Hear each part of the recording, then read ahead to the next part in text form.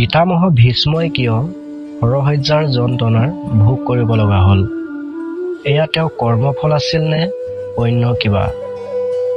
দ্ৰৌপদীয়ে কিয় পিতা ভীষ্ম হৰসজ্যাত দেখি হাঁহি উঠিছিল?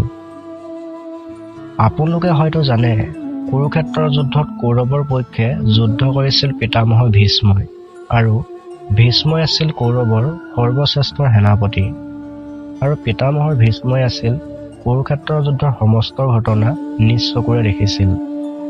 আপোনালোকে জানেনে, কুৰুক্ষেত্ৰৰ যুদ্ধৰ 18 দিন ধৰি চলিছিল, আৰু যুদ্ধৰ 10ম দিনাই কুন্তীৰ পুত্ৰ অৰ্জুনৰ দ্বাৰাই শৰবিদ্ধ হৈছিল পিতামহৰ ভীষ্ম। কোৱা হয়, মহাভাৰতৰ যুদ্ধত পিতাৰ ভীষ্ম সকলোবোৰ দেখিছিল, সকলোবোৰ শুনিছিল, কিন্তু যুদ্ধৰ 10ম দিনাই শৰবিদ্ধ হৈও প্ৰাণত্যাগ কৰা নাছিল পিতামহৰ ভীষ্মই। মহাকাব্যৰ বৰ্ণনা মতে যুদ্ধৰ হোৱাৰ সময়ত পিতামহৰ ভীষ্মৰ বয়স আছিল প্ৰায় 150 বছৰ, আৰু অৰ্জুনৰ বয়স আছিল 55 বছৰ। হৰসজ্যাত থাকোঁতে পিতামহ ভীষ্মই অৰ্জুনক কেইবাটাও গুৰুত্বপূৰ্ণ কথা কৈছিল, আৰু সেইকেইটা কথা আজিও কলিযুগত মানৱ সমাজত প্ৰভাৱ পৰে। পিতামহ ভীষ্মই কোৱা আটাইতকৈ গুৰুত্বপূৰ্ণ কথাটো হ'ল, সুখৰ লালসাত কেতিয়াও মানুহে নিজৰ মৰ্যাদাৰ ত্যাগ কৰা নহয়। এই পৃথিৱীত এই দুজন মানুহেই সুখী হয়, যিয়ে সকলোতকৈ মূৰ্খ, আৰু দ্বিতীয়জন হৈছে যিয়ে জ্ঞান আৰু বুদ্ধিৰ তত্ত্বত জীৱনৰ সুখ কি বুজি পাইছে। বাকী মাজত থকাসকল কেতিয়াও সুখী নহয়। আপুনি হয়তো ভাবিছে, ইমান গুণী জ্ঞানী পিতামহ ভীষ্মই কিয় কৌৰৱৰ পক্ষ ল'লে? কিয় যুদ্ধত অৰ্জুনৰ শৰবিদ্ধ হৈ দীৰ্ঘদিন ধৰি পৰি থাকি যন্ত্ৰণাৰ দিন কটাব লগা হ'ল? পিতামহ ভীষ্মই দিয়া আন এক গুৰুত্বপূৰ্ণ শিক্ষা হ'ল, ত্যাগ অবিহনে এই পৃথিৱীত একো পোৱা নাযায়। ত্যাগ অবিহনে এই পৃথিৱীত কোনো এজন ব্যক্তিৰ মানুহ হ'ব নোৱাৰে।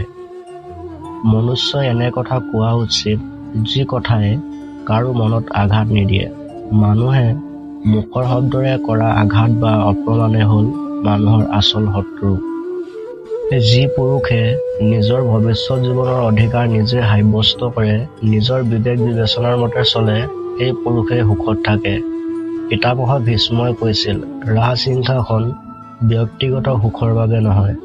ৰাজসিংহাসন হ'ল কঠিন পৰিশ্ৰম কৰি সমাজৰ কল্যাণৰ বাবে কাম কৰা এক মাধ্যম। এইখিনিতে এটা কথা কওঁ যে মটিভেটৰ আছাম চেনেলটোৰ সম্পূৰ্ণ এটা নতুন চেনেল হয়। আপোনালোকৰ অকণমান মৰম আৰু ছাপোৰ্ট পালে আমি এই চেনেলটো আগবঢ়াই নিবৰ বাবে সুবিধা হ'ব। সকলোৱে চেনেলটো ছাবস্ক্ৰাইব কৰি বেল আইকনটো অল কৰি থ'ব নাপাহৰিব, যাতে পৰৱৰ্তী ভিডিঅ'সমূহৰ নটিফিকেশ্যন আপুনি মিছ কৰিব লগা নহয়। কুৰুক্ষেত্ৰৰ যুদ্ধৰ শেষ হোৱাৰ পাছত পাণ্ডৱৰ সৈতে শ্ৰীকৃষ্ণই পিতামহৰ ওচৰত আহিল, আৰু পিতামহই শ্ৰীকৃষ্ণক সুধিলে, হে বাসুদেৱ, মই মোৰ মনত পৰালৈকে এনে কোনো পাপ কাম কৰা নাই, তথাপিও মই কিয় এনে ভীষণ যন্ত্ৰণাৰ ভোগ কৰিব লগা হৈছে? তেতিয়া শ্ৰীকৃষ্ণই হাঁহি মাৰি ক'লে, আপোনাৰ পূৰ্বজন্মৰ কথা মনত আছেনে? তেতিয়া পিতামহ ভীষ্মই ক'লে, বিগতৰ 100 জনমলৈকে মোৰ মনত থকাত মই এনে একো পাপ কাম কৰা নাই। তেতিয়া শ্ৰীকৃষ্ণই ক'লে, আপুনি ঠিকেই কৈছে, বিগত 100 জনমত আপুনি কোনো পাপ কাম কৰা নাই, কিন্তু 100 জনমৰ আগৰ জনমত আপুনি পাপ কৰ্ম কৰিছিল। অৰ্থাৎ 101 জনমত আপুনি এটা ৰাজ পৰিয়ালত জন্মগ্ৰহণ কৰিছিল, আৰু আপুনি এদিন জংঘলৰ এটা সৰু ৰাস্তাৰে গৈ থাকোঁতে আপুনি এটা কেৰ্কেটুৱা ধনুকাঁড়েৰে দলিয়াই এজোপা বিষাক্ত কাঁইট গছত পেলাই দিছিল, আৰু কেৰ্কেটুৱাটোৱে যিমানে কাঁইটৰ পৰা ওলোৱাৰ চেষ্টা কৰিছিল, সিমানেই কেৰ্কেটুৱাটো বেছিকৈ কাঁইটৰ মাজত সোমাই পৰিছিল। সেই কেৰ্কেটুৱাটো কাঁইটৰ বৃক্ষজোপাত প্ৰায় 18 দিন ধৰি জীয়াই আছিল, আৰু তেতিয়াই কেৰ্কেটুৱাটোৱে বাৰে বাৰে ভগৱানক প্ৰাৰ্থনা কৰিছিল, অভিশাপ দিছিল, যি যুৱকৰ দ্বাৰাই মোৰ এই বিষাক্ত কাঁইটত পৰি এই অৱস্থা হ'ল, মোৰ দৰে একে বিষাক্ত যন্ত্ৰণাৰ দ্বাৰাই কষ্টৰে মৃত্যু আঁকোৱালি লয়। হয়তো আপুনি ভাবিছে কেৰ্কেটুৱাটোৱে দিয়া অভিশাপ কিয় 100 জনমতো স্পৰ্শ কৰিব পৰা নাছিল পিতামহ ভীষ্মক।